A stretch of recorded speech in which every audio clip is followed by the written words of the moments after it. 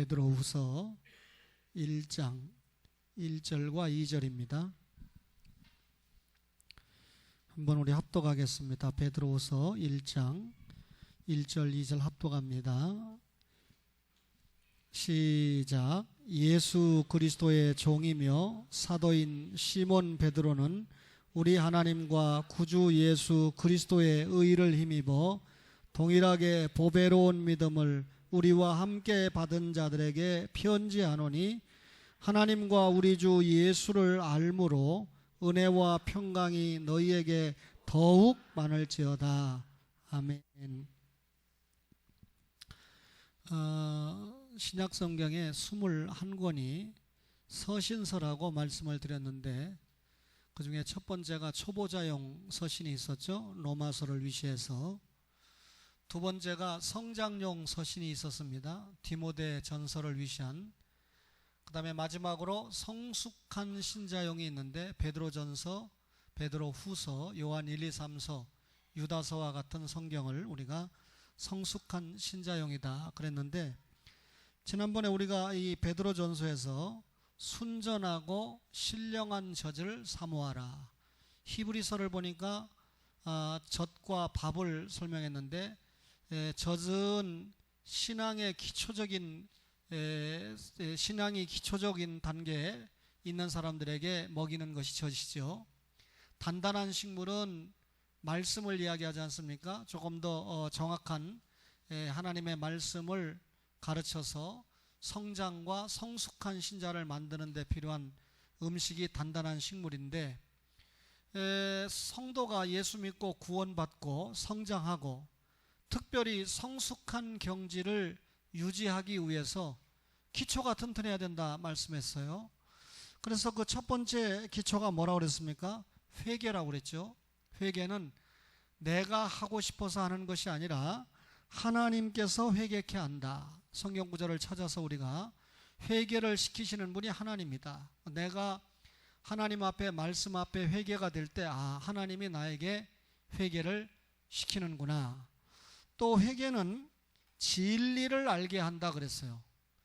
여러분, 우리가 하나님이 시키는 회개를 할 때 하나님의 진리를 알게 되니까, 여러분, 회개 자체가 기초가 아니라 오히려 회개하면 진리를 알게 되니까 우리가 성숙한 신자가 되게 하는 첩경이 되겠죠. 또 회개는 베드로후서 3장 9절에 모든 사람이 회개하고 구원받기를 원한다. 하나님의 소원이다 그랬습니다. 우리가 회개하고 하나님의 진리를 아는 것은 나의 소원이 아니고 오히려 하나님께서 여러분과 저에게 원하시는 소원이 된다. 따라서 우리가 회개하는 삶을 살게 되면 하나님의 소원을 적중하는 삶이 되는 것입니다. 두 번째 기초를 이야기할 때 믿음을 이야기했어요. 모든 믿는 자에게 미치는 하나님의 의가 믿음이다 그랬습니다. 여러분과 저가 믿음과 행함을 통해서 설명했는데, 아브라함이 하나님의 말씀을 믿음으로 구원받았죠. 그 믿음이 이삭을 드리기까지 순종함으로 나타났습니다. 따라서 믿음은 모든 믿는 자에게 미치는 하나님의 의, 하나님의 공의다 그랬습니다. 믿음의 결국은 구원이다 그랬죠. 결국 예수 믿는 믿음의 끝은 구원이다 그랬고, 믿음은 요한일서 5장 4절에 보면 세상을 이기는 힘이 된다 그랬습니다. 여러분과 저가 기초가 튼튼해야 성숙할 수 있다. 믿음이 있어야 세상을 이기잖아요. 믿음이 있어야 자기를 이기잖아요. 그죠? 믿음이 있어야 주일이 지켜지죠. 믿음이 있어야 하나님 앞에 충성이 되는 것 아니겠습니까? 결국 믿음이 있어야 나의 육신을 이기고, 믿음이 있어야 세상을 이기고, 믿음이 있어야 마귀를 이기는 거 아니겠습니까? 여러분과 저가 살아가는 이 세상은 전투하는 교회입니다. 그죠? 영원한 안식의 교회는 천국 가야 가능하죠? 부득불 이 세상에 있는 동안에 우리가 전투해야 되는데, 전투하는 교회의 실상을 보여준 것이 요한계시록 2장과 3장에 나오는 소아시아 7교회 아닙니까? 에베소, 서머나, 버가모, 두아디라, 사데, 라오디게아, 빌라델피아 교회. 이 교회가 지상의 성도들이 어떻게 신앙생활하면서 전투하는가의 모형을 보여주고 있습니다. 부득불 전투할 수밖에 없는데 이 전투교에서 승리하려면 뭐가 필요합니까? 믿음이 필요합니다. 따라서 우리가 신앙의 성숙을 유지하려면 믿음이 필요하다, 그 말입니다. 그 다음에 세 번째 단계가 세례다 그랬는데요.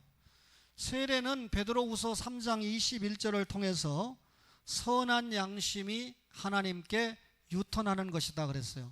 선한 양심이라는 게 뭡니까? 구원받은 양심이죠. 중생받은 양심이 세상을 향해서 있는 게 아니라 하나님을 향해서 유턴해 있는 것이죠. 여러분, 세례는 죄 용서받은 표입니다. 그죠? 근데 세례 자체가 단순하게 예수 믿고 지옥 갈 죄에서 용서받았다, 여기에서만 끝나는 게 아니라 옛사람의 혁신을 포함하는 것이 세례다 그랬습니다. 왜? 세례받고 죄 용서받고 세례받았으면 그 세례받은 중생받은 양심이 어디로 향합니까? 하나님을 향합니다. 위의 것을 찾게 돼 있습니다. 그러니까 옛사람의 모습은 자꾸 감추어주고 새 사람의 모습이 드러나는 거죠. 여기에 여러분과 저가 옛 성품이 얼마나 충만합니까? 그죠? 아까 가만히 이야기를 들으니까 현희숙 권사님하고 김명자 A 권사님하고 대화하면서 자기들이 초원교회 등록해서 이렇게 늙었다는 거예요. 잘못 들으면 교회에서 축살나게 고생해가지고 늙었다 이 말로 들릴 수 있는데 그 말이 아니고 상당히 시간이 갔다는 거예요. 뭐 몇 살 때 신 목사님을 만났는데 지금은 몇 살이 됐다는 거죠. 이제 회갑잔치를 다 할 때가 됐잖아요. 두 번 다. 근데 내가 그 소리를 들으면서 그렇지. 정찬배 장로님이 늙게 했지. 김병준 장로님이 늙게 했지. 그런 생각이 들더라고요. 그러면서 나도 내 아내를 늙게 한 것이 아닌가 하는 어떤 생각을 순간적으로 해봤습니다. 여러분, 어쨌든 세례받으면 옛사람의 혁신이 포함돼야 되는데 우리 홈피를 보면 김동조 목사님 수술을 받고 또 홍숙경 사모님이 곁에서 간호하는 모습이 사진에 실려 있죠. 무균실에 있으니까 신방 오지 말라고 해서 가지는 못해도 다 제가 이렇게 받아내는 방법이 있습니다. 단순히 사진만 받았겠어요? 김동조 목사님이 평상시 힘드니까 카톡을 보내도 답을 못 하다가 이제 조금 상태가 낮으면 저에게 문자를 보냅니다. 그러면 그 문자를 보내는 시간은 건강이 어느 정도 회복이 됐다는 뜻이니까 내가 할 말을 다 하죠. 목사님, 이제 건강을 회복해서 홍숙경 사모님 어머니에게 정말 이전에 다 하지 못한 효도를 해야 됩니다. 그러니까 자기가 또 거기에 답을 줄줄이 맺힌 게 있잖아요. 답을 해요. 목사님, 그 다음부터 제가 이어갑니다. 동생 우리 김동현 집사님이 가정을 위해서 얼마나 수고한 거 목사님 잘 아시죠? 이제 동생이자 목사의 입장에서 우리 동생을 많이 사랑해 주시기 바랍니다. 그러니까 그래야죠 목사님, 정말 감사합니다, 이렇게 답이 왔어요. 그래서 또 있습니다. 목사님, 이 멀리 이국에서 동생 댁으로 온 날래인 개수씨 얼마나 신앙이 예쁩니까? 그러니까 이 개수씨도 우리 김 목사님이 빨리 육신적으로도 건강을 회복해서 정말 사랑하고 아껴줘서 신앙도 성장시키고 해야 됩니다. 또 제가 보냈지요. 그러니까 또 간절하게 목사님 감사합니다, 그래야죠 하고 또 자기가 써서 보냅니다. 끝도 없어요. 그래서 이제 조카 또 하나님이 준비시킨 아들 쭉 이야기했죠. 그래서 또 거기에 대해서 답을 받았습니다. 야, 김 목사님 얘기는 언제 나오나. 맨 마지막에 목사님, 이 아버지의 삶을 이해하시고 이제 아버지에게도 효도하시면서 정말 부자가 대를 이어서 주님 앞에 목회자가 나왔으니까 정말 이제 좋은 가정 또 좋은 목장을 만들어서 행복한 가정으로 이끄시기 바랍니다 하니까 또 아멘 하고 왔어요. 이건 주신 자와 받는 자만 알아요.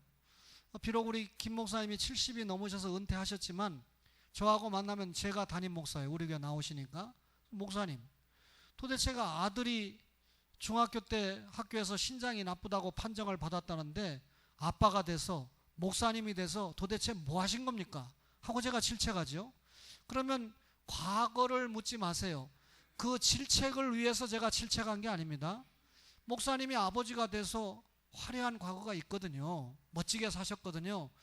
또 어머니가 돼서 아들에 대해서 그 책임을 못 졌으니까 지금부터 아들에 대한 책임을 져라. 지금부터 더 아들을 위해서 기도하고 지금부터 더 아들의 축복을 위해서 귀한 아버지와 어머니가 돼달라. 그런 뜻이죠.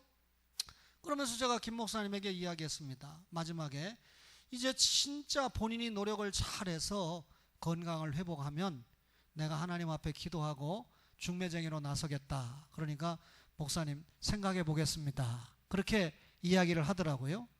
여러분 무슨 얘기했습니까?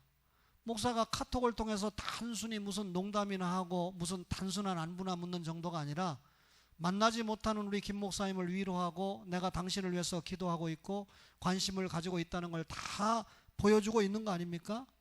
여러분 믿음은, 세례는 우리의 양심이 하나님을 향해서 가는 겁니다. 현재 누워있는 그분을 향한 나의 최선의 입장이 그것이었다는 거죠. 옛사람의 혁신을 포함하는 겁니다. 네 번째가 안수라고 그랬죠. 여러분 안수는 단순히 손을 얹고 기도하는 게 아니라 받은 직분에 게을러서는 안 된다라고 하는 의미가 있다고 그랬죠. 특별히 교회에서 안수를 받은 직분을 가진 분들 받은 직분에 게으르면 안 되죠. 다음에 안수는 아무에게나 교회 직분을 주어서는 안 된다라고 하는 뜻이 있다고 그랬죠. 헌금만 많이 드린다고 안수를 한다. 여러분 정말 제가 아프더라고요. 우리 박성철 장로가 또 사회적인 비리 때문에 터져 나오는 것을 보고 참 안 됐더라고요. 이랜드가 처음에 시작될 때 얼마나 엄청난 믿음을 가지고 시작된 기업입니까? 이게 비대해지니까 타락하거든요. 우리 초원교회도 많이 비대해지면 저와 장로님들이 타락할 수 있고, 지금은 장로님들이 아무리 봐도 쓸 재정이 없으니까 친교회 놀러 갑시다 이런 소리 못해요. 제가 어지간하면 장수복지에 대접하는 것도 교회 재정으로 안 하는 목사입니다. 그거는 찬조해가지고. 그런데 뭐 이분도 병원에 있지 저분도 병원에 있지 장례식 나죠 이러니까 성도들이 헌금하기도 바쁜데 정신이 하나도 없는 것 같아요. 그래서 이번에는 처음으로 교회 재정으로 한번 대접을 했는데 교회 재정으로 대접하니까 더 잘 잡수시는 것 같아요. 우리 어머니들이. 어쨌든지 간에 교회가 커지고 재정이 여유가 있으면 장로님들이 자꾸 자기 부서에 돈을 땡겨다 친교회하고 놀려고 싸우는 일이 종종 있습니다. 그러나 우리는 가난하니까 싸울 일도 없고 가난하니까 썩을 일도 없고 가난하니까 주시는 대로 주의 일이 가능한 줄로 믿으시기 바랍니다. 아무에게나 교회 직분을 줘서는 안 된다. 이게 안수의 의미예요. 또 안수의 의미가요, 디모데후서 1장 6절에 보면 하나님의 은사를 불붙이게 하는 것이 안수의 의무입니다. 안수를 받으면, 제가 목사 안수를 받을 때 안수를 받은 그 시간에 이제는 정말 빼지도 박지도 못한다. 죽을 때까지 목사로 살아야 된다. 그러면 목사로 산다는 게 뭡니까? 목사로서 해야 될 직분을 불일 듯 감당해야 된다. 뜨겁게 자원하는 마음으로 기쁘게 감당해야 된다. 그 말이죠. 여러분 안수가 하나님의 은사를 불붙인다. 그러면 이 안수라고 하는 기초 과정이 결국 믿음의 성수. 이 안수 받으면서 내가 그때 장로로 안수집사로 안수받으면서 목사로 안수받으면서 선교사로 안수받으면서 그때 가졌던 이 믿음의 열정을 끝까지 불태우는 거죠. 따라서 장로나 안수집사님쯤 되면 신앙생활에 기복이 나타나서는 안 됩니다. 평균치가 비슷해야 돼요. 약간 우리가 인생을 살다가 올라가기도 하고 다운되기도 하고 올라가기도 하고 다운되기도 하죠.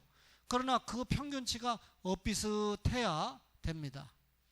그 다음에 여러분 다섯 번째가, 여기는 이제 오늘 처음 듣는 얘기인데 부활이죠. 여러분 우리 한번 고린도전서 15장 부활장을 여러분 한번 보세요.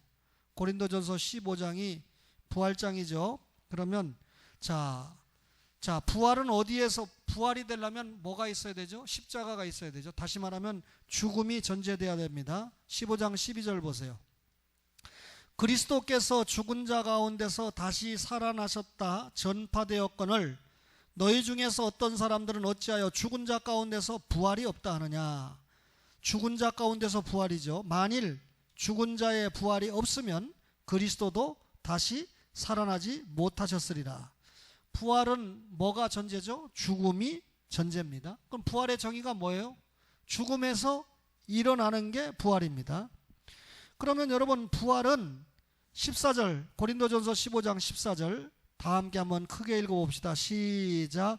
그리스도께서 만일 다시 살아나지 못하셨으면 우리가 전파하는 것도 헛것이요 또 너희 믿음도 헛것이며. 부활과 믿음이 불가분리의 관계예요. 부활이 없으면 믿음도 헛겁니다. 여러분과 저가 아무리 믿음이 있다고 해도 죽었다가 살아나는 게 없으면 헛거예요. 그래서 오늘 베드로전서 1장 3절을 한번 봅시다. 베드로전서 1장 3절을 보면 아주 귀한 말씀이 있는데 우리 주 예수 그리스도의 아버지 하나님을 찬송하리로다. 그의 많으신 긍휼대로 그 다음 예수 그리스도를 죽은 자 가운데서 부활하게 하심으로 말미암아 예수님의 부활로 첫째 우리를 어떻게 했다? 거듭나게 했다. 둘째 뭐가 있게 한다? 산소망이 있게 한다. 셋째 썩지 않고 더럽지 않고 쇠하지 아니하는 유업을 있게 한다. 이것은 곧 너희를 위하여 하늘에 간직한 것이라 라고 설명합니다. 자, 여기에서요 부활은 산소망이라고 그랬습니다. 죽은 소망이 아니에요. 죽음에서 살아나는 게 부활이니까 산소망입니다. 근데 그 부활이 어디에 간직되어 있어요? 하늘에 간직되어 있어요. 자, 우리 이 앞에 전소영 집사님이 연합해서 예배를 드렸는데 전소영 집사님 부활했습니까? 안 했습니까? 부활했어요. 거듭남이 부활이잖아요. 첫째 부활. 죽었던 영혼이 살아난 게 부활입니다. 그런데 그 부활이 하늘에 간직되어 있다는 건 무슨 말입니까? 둘째 부활이 남았잖아요. 이분이 현재 살아있는데 언젠가는 주님의 품에 안기게 될 겁니다. 주님이 지금 오시면 그냥 산채로 휴거하지만 그때 주님이 재림하실 때 땅속에 묻혔던 육신이 부활하잖아요. 그게 둘째 부활 아닙니까? 이 둘째 부활이 어디에 간직되어 있습니까? 하늘에 간직되어 있습니다. 그렇다면 여러분 우리가 부활을 위해서 노력하는 게 있어요? 없어요? 전혀 인간의 노력이 필요 없죠. 왜냐하면 첫째 부활에 동참한 사람, 첫째 부활도 성령의 은혜로 되는 거 아닙니까? 그 사람은 자동적으로 주님의 때에 자동부활, 둘째 부활에 동참하죠. 그러니 하늘에 간직되어 있습니다. 따라서 여러분 우리가 거듭남을 받았다라고 하면 부활이 소중하게 보호되고 있는 겁니다. 여러분과 저가 중생 받았습니다.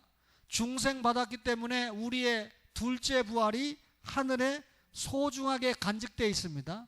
이걸 확실히 믿기 때문에 오전에 설교 들은 대로 땅의 것에 집착하지 않고 위의 것에 집착하는, 하늘의 것에 집착하는 그런 삶을 사는 것이죠. 그렇죠? 여러분 저도 영혼과 육신으로 되어 있는데 또 육신이 좀 건강해야 여러분들에게 목사로서의 사역을 잘 감당할 수 있기 때문에 참 제가 살고 있는 현대아파트 떠나고 싶지 않은 아파트예요. 얼마나 좋은지 자전거를 타고 딱 10바퀴만 돌으면 되는데 우리 이 김길순 권사님에게 자전거를 한 대 얻었는데 도대체 좀 산다는 집에서 왜 그런 자전거를 샀는지 내 이해를 못하겠어요. 다시 말하면 바퀴 뒤에 이렇게 된 자전거가 있고 뒤에 이렇게 된 게 있잖아요. 그러니까 한 바퀴만 돌으면 많이 갈 수 있는 자전거. 그런 자전거가 아니고 저는 그냥 쭉 체인이 연결돼 가지고 열심히 밟아야 돼요. 어쩌다가 젊은 친구를 만났는데 가도 한 바퀴 밟고 나도 한 바퀴 밟는데 걔가 훨씬 빨리 가는 거예요. 그래서 제가 오기가 나잖아요. 저 녀석을 한번 따라가야 되겠다는데 죽도록 밟아도 안 되는 거예요. 왜냐하면 그 녀석은 이 체인을 한 바퀴 들어오면 나보다 1.5배를 가는지 1.3배를 가는지까지는 모르지만 분명히 더 빨리 갑니다. 그래서 이거를 성희가 시집갈 때는 사걸로 좀 바꿔달라고 해야 되겠다. 내가 그런 생각을 하면서 타는데 그러나 이 자전거가 훨씬 저에겐 좋아요. 왜냐하면 당도 떨어뜨리고 건강을 유지하려면 같은 값이면 부지런히 죽도록 밟아야 되거든요. 그게 안 밟고 타잖아요. 10바퀴를. 그러면 45분 정도가 걸리는데 바람이 불면 50분 걸리고 조금 이 방해꾼들이 없으면 한 2, 3분 당겨지는 게 통상이에요. 현대 아파트를 10바퀴 돌으면. 근데 옛날에 제가 외도하다가 한번 빡치기 나가지고 야, 찬양이가 자전거 사고 나가지고 지금까지 회복을 못하는, 뇌를 다쳐서 회복을 못하는 걸 제가 이해를 했잖아요. 그때 제가 그냥 가는 줄 알았어요. 그래서 이제 외도를 안 합니다. 이 외도라는 게 무슨 말이냐면 다른 아파트 안 간다 그 말이에요. 잘 알지도 못하는 아파트 앞에서 태다가 다쳤으니까. 근데 제 아파트는 이제 훤히 알거든요. 그런데 이번에 이렇게 될 줄 누가 알았습니까? 아, 이번에는 코너를 도는데 역주행하는 친구한테 걸렸어요. 그런데 옛날에 백주의 대낮에 많은 사람들이 보는 데서 그 친구는 버스에서 그냥 내리면 되는데 버스에서 내려가지고 타닥 뛰는 거예요. 그러니까 버스가 서도 내가 통과하고 난 다음에 지가 내려서 건너가면 되는데 젊은 아이가 내리자마자 그냥 2, 3m를 뛰어버리는 거예요. 그러니까 이미 그걸 통과한다고 생각한 나는 그렇게 과속을 안 했지만 가하고 부딪힐 거니까 그 녀석이 뭐 이렇게 보고 달립니까? 앞을 보고. 그러니까 제가 브레이크를 잡을 수밖에 없는데 첫 브레이크를 잡았는데 굴러버린 거예요. 그런데 이 녀석이요, 청년인데 연수동에서 제일 나쁜 놈입니다. 그냥 가는 거예요. 지 때문에 다친 것 뻔히 사람들이 다 보고 걱정하는데. 그래가지고 불러가지고 제가 불호령을 내렸지만 그래도 뭐 제가 고소를 하겠습니까? 어떻게 하겠습니까? 피를 흘리고 제가 병원 다니면서 상당히 돈을 투자해서 치료를 했어요. 근데 이번에 또 사고를 당했는데 그 정도로 큰 사고는 아니었지만 여기 멍들었죠. 여기 깨졌죠. 그래서 또 이게 피해가 큰데, 야, 이번에는 어떻게 된 게 중학교 3학년짜리 아이인데 그냥 딱 사고가 나자마자 도망가기는커녕 지자전거를 딱 세워놓고, 원래 여러분 가해자는 안 다쳐요. 피해자가 다치지.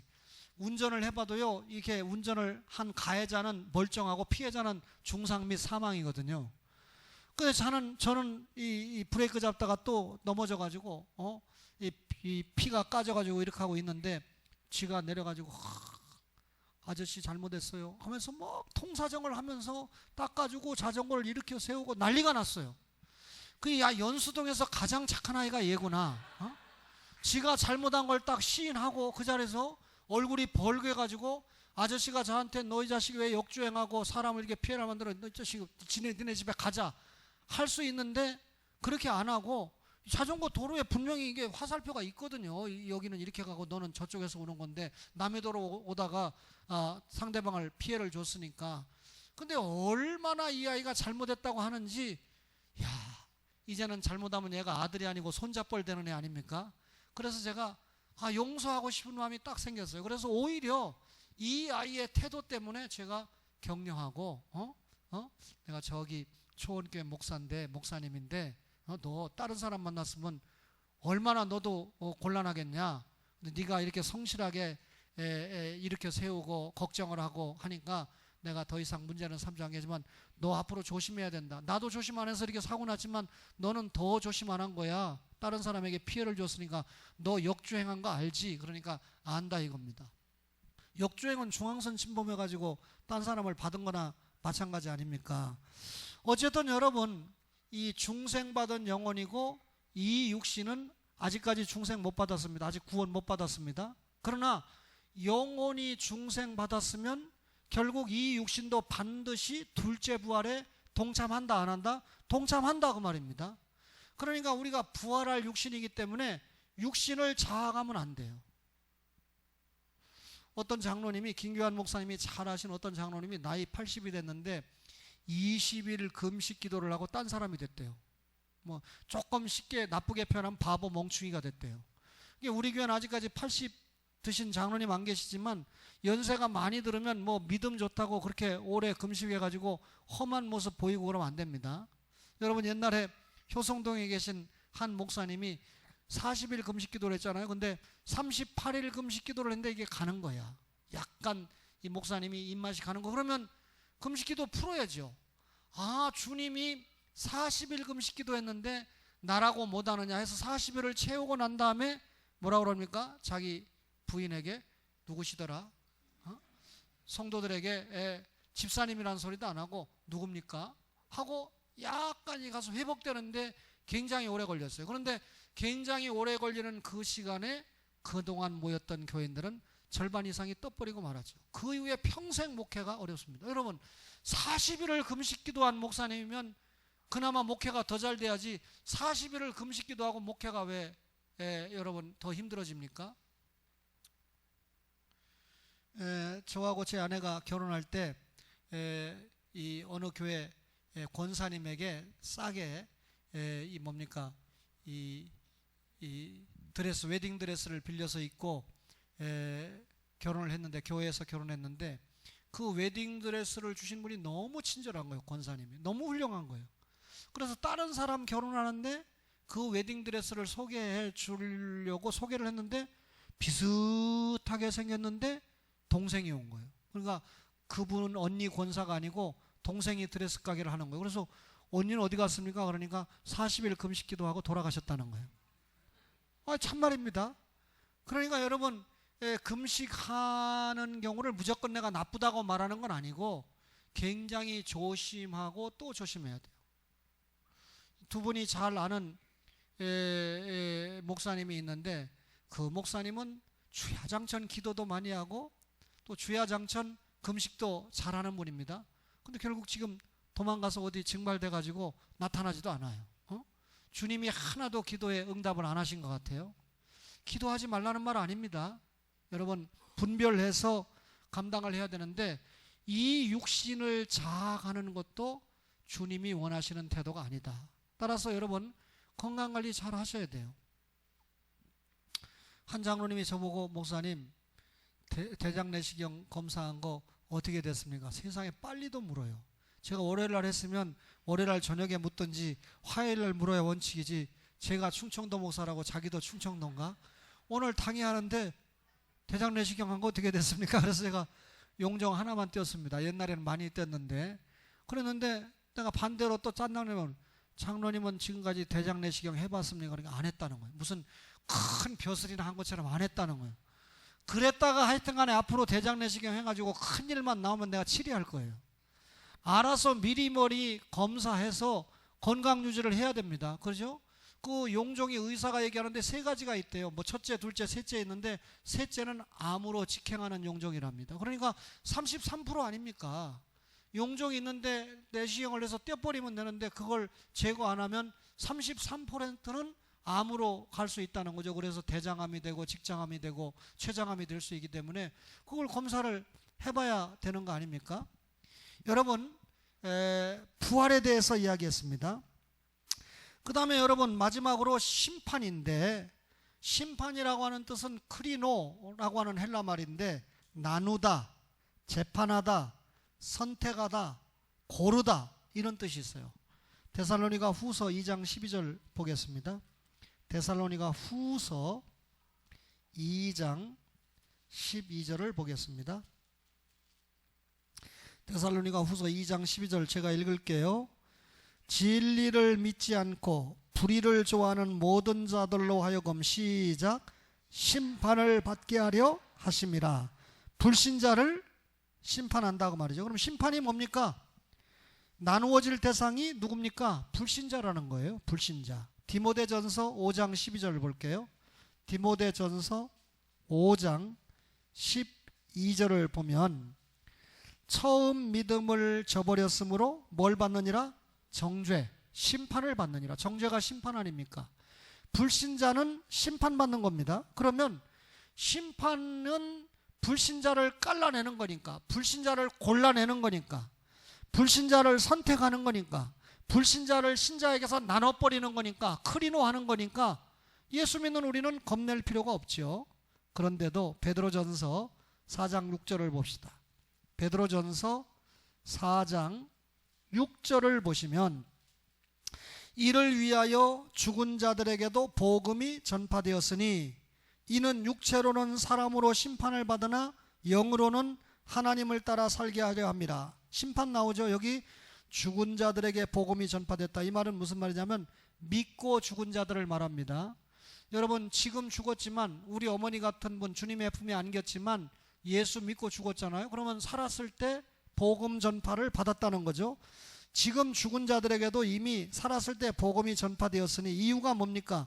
육체로는 사람으로 심판을 받으나 영으로는 하나님을 따라 살게 하려 하심이라, 그 말입니다. 그러면 죽은 사람이 살아있을 때 복음을 받았다라고 하는 것은 여러분 심판받은 겁니다.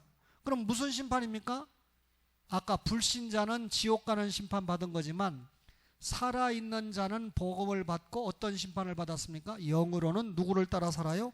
하나님을 따라 사는 겁니다. 여러분, 예수 믿고 복음을 영접하면 육신은 아직 구원 못 받았지만 영혼은 구원받은 거 아닙니까? 그러면 구원받은 영혼은 누구를 따라 살죠? 하나님을 따라 산다는 겁니다. 따라서 심판은 이 세상을 버리는 것이 심판이 아니라 모든 구원받은 신자가 하나님의 뜻에 순종하면서 사는 것이 심판입니다. 그러면 불신자가 심판받았다 지옥 가는 거예요.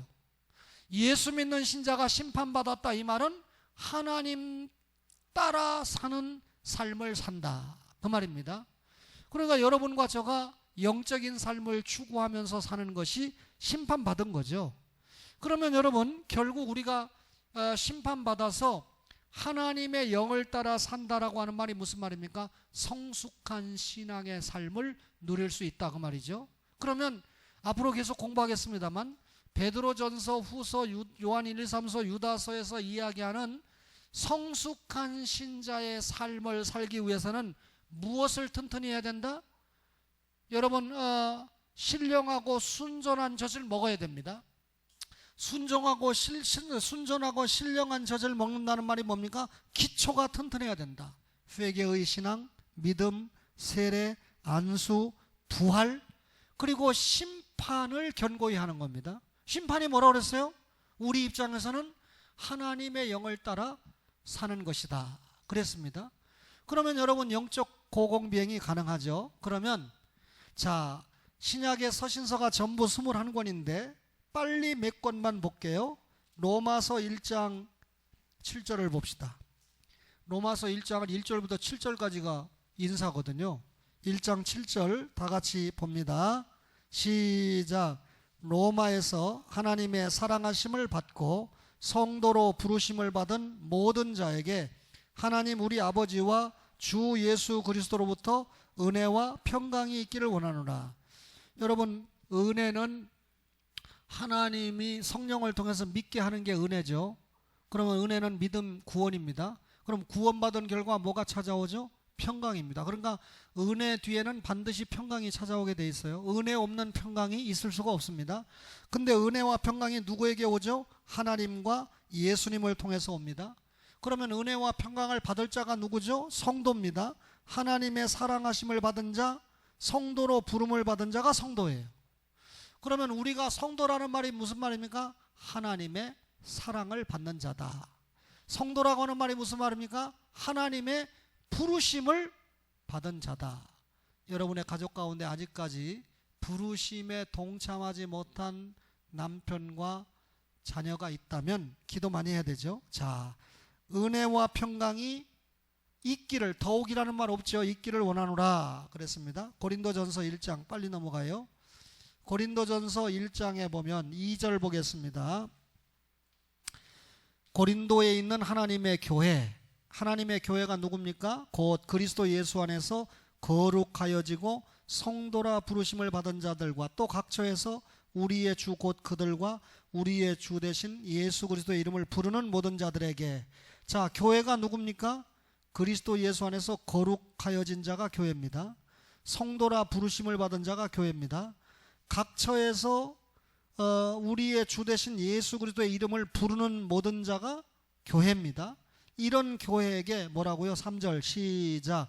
하나님 우리 아버지와 주 예수 그리스도로부터 은혜와 평강이 있기를 원하노라. 그러면 은혜와 평강이 있기를 원한다 그랬어요. 후서 1장 봅시다. 고린도 후서 1장 보시면, 자, 하나님의 뜻으로 말미암아 그리스도 예수의 사도된 바울과 형제 디모데는 고린도에 있는 하나님의 교회와 또 온 아가야에 있는 모든 성도에게 시작. 하나님 우리 아버지와 주 예수 그리스도로부터 똑같은 말 은혜와 평강이 있기를 원하노라. 하나만 더 볼게요. 갈라디아서 1장 보겠습니다. 갈라디아서 1장 2절에 보면 함께 있는 모든 형제와 더불어 갈라디아 여러 교회들에게 시작. 우리 하나님 아버지와 주 예수 그리스도로부터 은혜와 평강이 있기를 원하노라. 여기 보니까 은혜와 평강이 있기를 원하노라. 여러분, 지금까지 읽은 교회들에게 기존적으로 은혜와 평강이 있었습니까? 없었습니까? 없었죠. 그러니까 은혜와 평강이 있기를 원하노라 그렇게 인사한 거예요. 왜 제가 이 말을 하냐면 베드로전서 1장 2절을 보겠습니다. 쭉 이제 뒤에 가서 베드로전서 1장 2절을 보겠습니다. 곧 하나님 아버지의 미리 아심을 따라 성령이 거룩하게 하심으로 순종함과 예수 그리스도의 핏부림을 얻기 위하여 택하심을 받은 자들에게 편지하노니 시작. 은혜와 평강이 너희에게 더욱 많을지어다. 아까 읽었던 성경과 지금 읽었던 성경의 차이가 뭡니까? 더욱이라는 말이 들어갔어요. 그러면 베드로전서를 받는 성도들은 이미 은혜와 평강이 있었어요, 없었어요? 있었어요. 그런데 지금 핍박을 통해서 영적으로 피난하는 성도들에게 이제는 은혜와 평강이 더 많기를 바란다, 그 말 아닙니까? 그러면 베드로전서를 받는 성도들이 성숙한 성도일까요? 아까 읽었던 바울 서신을 받는 성도들이 성숙한 신자일까요? 예, 바울 서신을 받았던 성도들은 초신자라는 말이에요. 그러니까 교리를 가르치고 생활을 가르치면서 마지막에 주님의 은혜가 평강이 많기를 있기를 바랍니다, 이렇게 기원한 거예요. 그런데 지금 베드로전서나 베드로후서를 받는 성도는 베드로후서 1장 보세요. 베드로후서 1장 2절. 자, 예수 그리스도의 종이며 사도인 시몬 베드로는 우리 하나님과 구주 예수 그리스도의 의를 힘입어 동일하게 보배로운 믿음을 우리와 함께 받은 자들에게 편지하노니 시작. 하나님과 우리 주 예수를 알므로 은혜와 평강이 너희에게 더욱 많을지어다. 베드로후서를 받는 성도들도 이미 은혜와 평강이 있었던 성도들입니다. 근데 더 많이 받기를 바란다, 사도가. 자, 유다서 1장을 볼게요. 유다서 1장을 한번 봅시다. 397면 1절에 보세요. 예수 그리스도의 종이요 야고보의 형제인 유다는 부르심을 받은 자 곧 하나님 아버지 안에서 사랑을 얻고 예수 그리스도를 위하여 지키심을 받은 자들에게 편지하노라. 시작. 긍휼과 평강과 사랑이 너희에게 더욱 많을지어다. 여기 보니까 사랑이 하나 부과됐지만 결국 긍휼이 또 부과됐죠. 여러분, 긍휼과 평강과 사랑이 더욱, 그 말은 유다서를 받고 있는 성도들이 이미 주님이 주시는 긍휼과 평강과 사랑을 체험하고 있는 겁니다. 더 체험하기를 바란다, 이 말은 기본적으로 믿음이 있는 신자들에게 더 많은 축복을 이야기하는 거죠. 따라서 바울 서신은 일반적으로 초보 신자들에게 준 편지라면 공동서신이죠. 베드로전후서, 요한 1, 2, 3서, 유다서는 무수한 성도들에게 주는 편지인데 이 편지는 대체적으로 성숙한 신자가 되기를 요구하는 편지다, 그 말입니다. 그러니까 이런 각도에서 서신서를 이해하면 서신서 21권을 이해하는 게 쉽다, 그 말입니다.